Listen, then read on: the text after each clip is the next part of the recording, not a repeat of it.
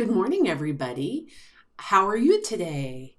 This is, I want to ask you a question. Have you noticed what's missing in the weight loss field? It's all about how quick you can lose weight and how many days you work out. And I'm here to talk about this. Hey, Angela, great to have you here this morning. You made it.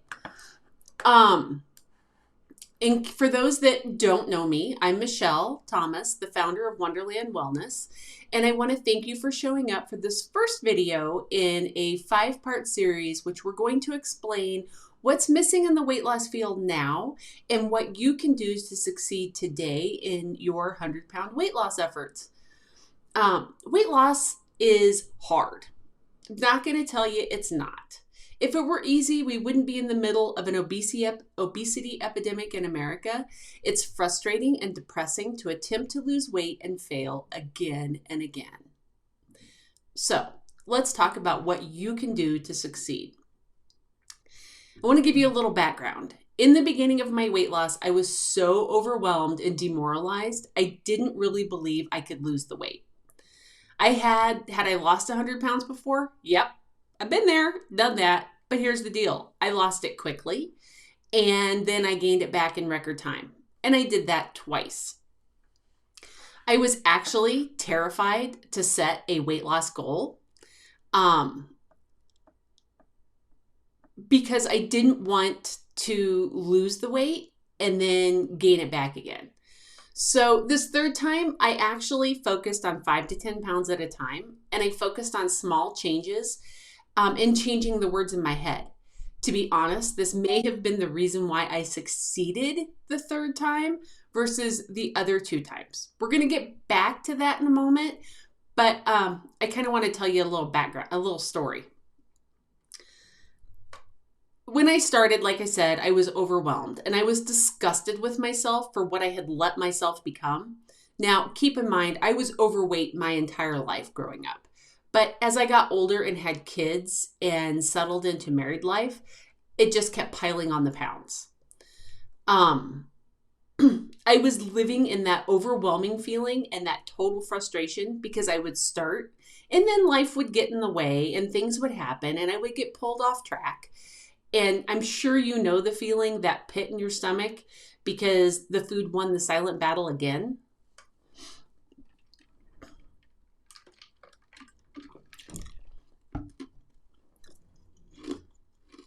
How many times have I been pulled off track? I can't even count.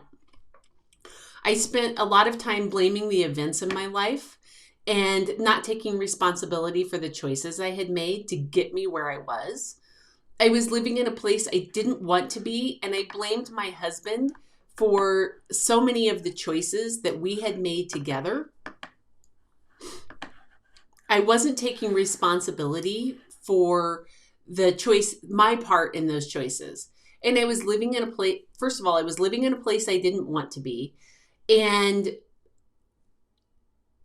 so this whole blame game, it was blaming my husband, blaming my mom. I blamed my mom for making me feel guilty. And I want to put the making me in quotes. And I blamed myself for not being able to change. All of this blame set on top of my need to change, but I really didn't have a flipping clue how to change all of this stuff. In my email to you guys this morning, I actually talked about all of the even ifs of my holiday experience this year, and that the even ifs aren't pulling me out of my joy of the holidays. And we're going to address that kind of throughout the week. But how does this work? How is all of this related to this need for a quick weight loss that we see in the weight loss industry? We're going to circle back to that and look at why I succeeded this time. It will sort of explain how this all worked and why my even ifs that are floating around out there aren't affecting my maintenance or taking me off track. Because I think you guys can use this today in your journey, and that's the reason I'm sharing. Okay, why did I succeed this time versus all of the other times? when I decided I had to change, I couldn't honestly face the idea of putting a number to the change I needed to do. Looking at that 100 pounds, oh my word. Immediately, I felt like I couldn't do it because the other times I had done it, it became a life suck. I honestly spent every waking moment thinking about the food I was going to eat, measuring the food that I was going to have, not going off track, avoiding any and all situations, going to birthday parties and not participating in the cake and making the birthday party person feel bad. It was just an all-intensive life suck. So when I decided to do this time, I focused on small changes. And I will say that these small changes felt huge at the time, but they were very, very small. And I focused on 5 to 10 minutes, 5 to 10 pounds at a time. Sorry, minutes, pounds. It's 6:30 in the morning here. Because I actually knew I could lose 10 pounds. I'd done it over and over and over again. I just gained it right back.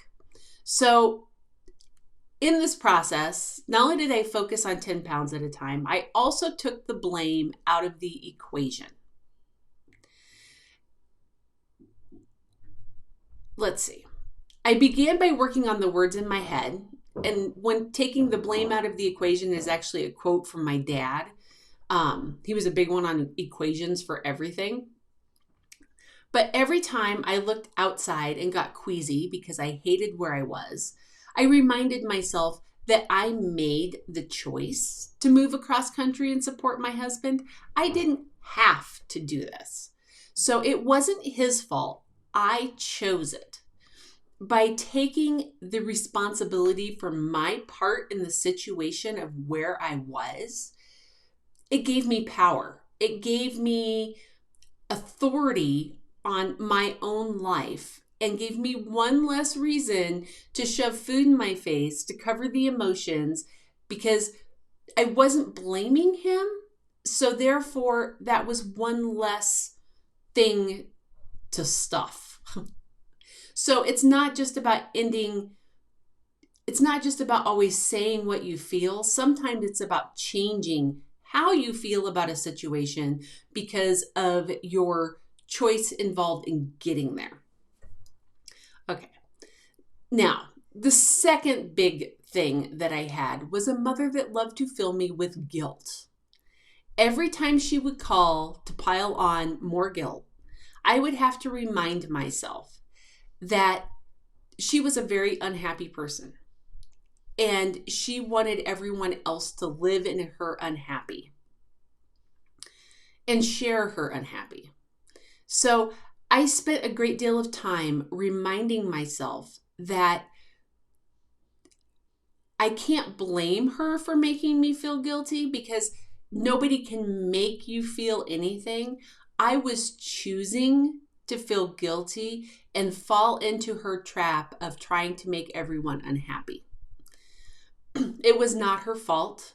She made choices she wasn't happy with, and she got to the situation in life where not a whole lot made her happy, which was kind of a guiding force in me wanting to change because I didn't want to be that unhappy person sharing that unhappy with other people.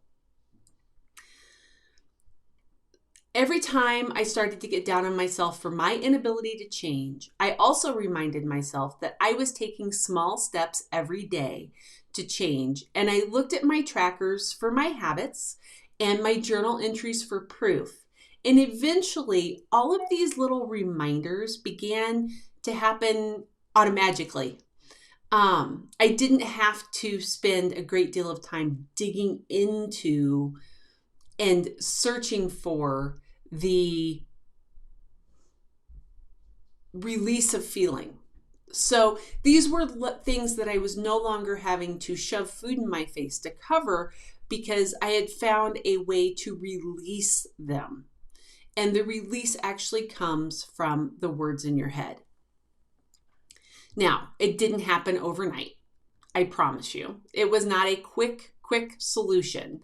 But over time, I'd say a few months, it resolved itself. So now, 6 years later, when my even ifs happen, I'm able to look at them very, very differently. In the industry now, the majority of weight loss is focused on providing information on how fast you can lose the weight. The best workout for abs, of course, a big butt, or losing weight in your thighs. To be honest, the majority of the professionals I hang around with know this isn't what you really need, but it's the things that people are looking for. Success with weight loss doesn't come from focusing on eat this, don't eat that. The diet doesn't matter. It doesn't matter what diet you're using. It can be keto, it can be isogenics, it can be Weight Watchers, it can be eating whole foods made with love. Whatever your focus is, if your focus is on healthy consumption, that's all that matters.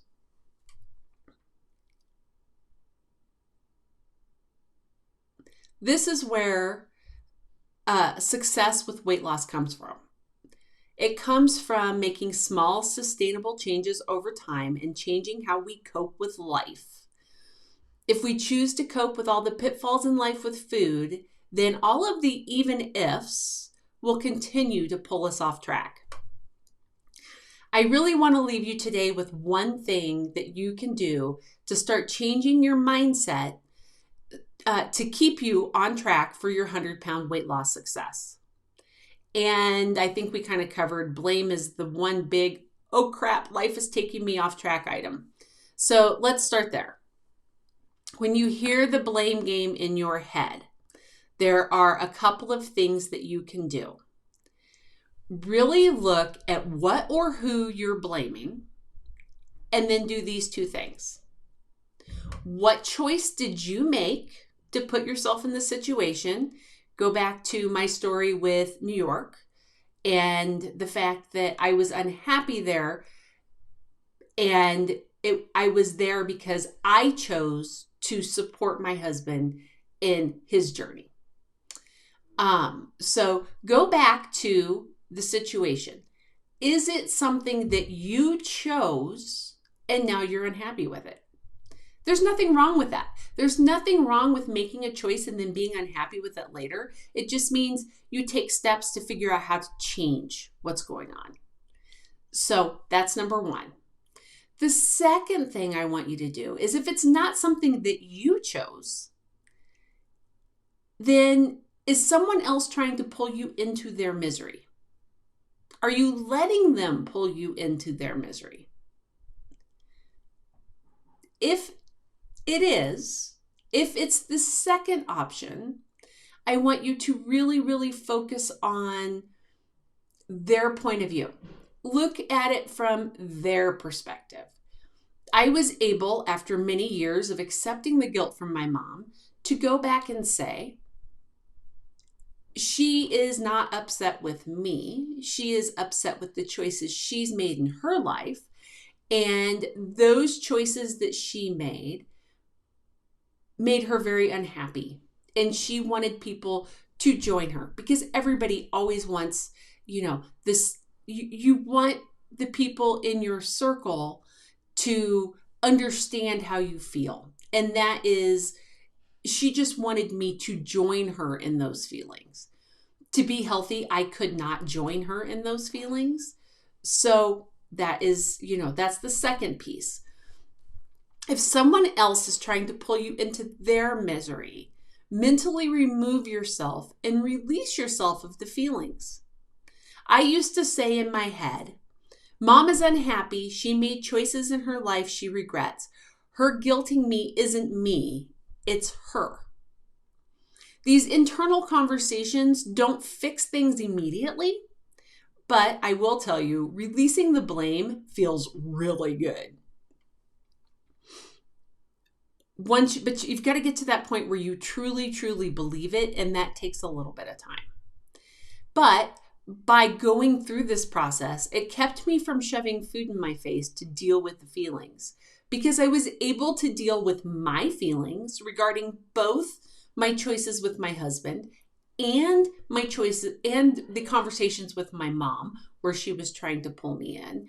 So there's two different kinds of this blame. You've got the people outside from blaming you from the inside, and then you take that blame and internalize it.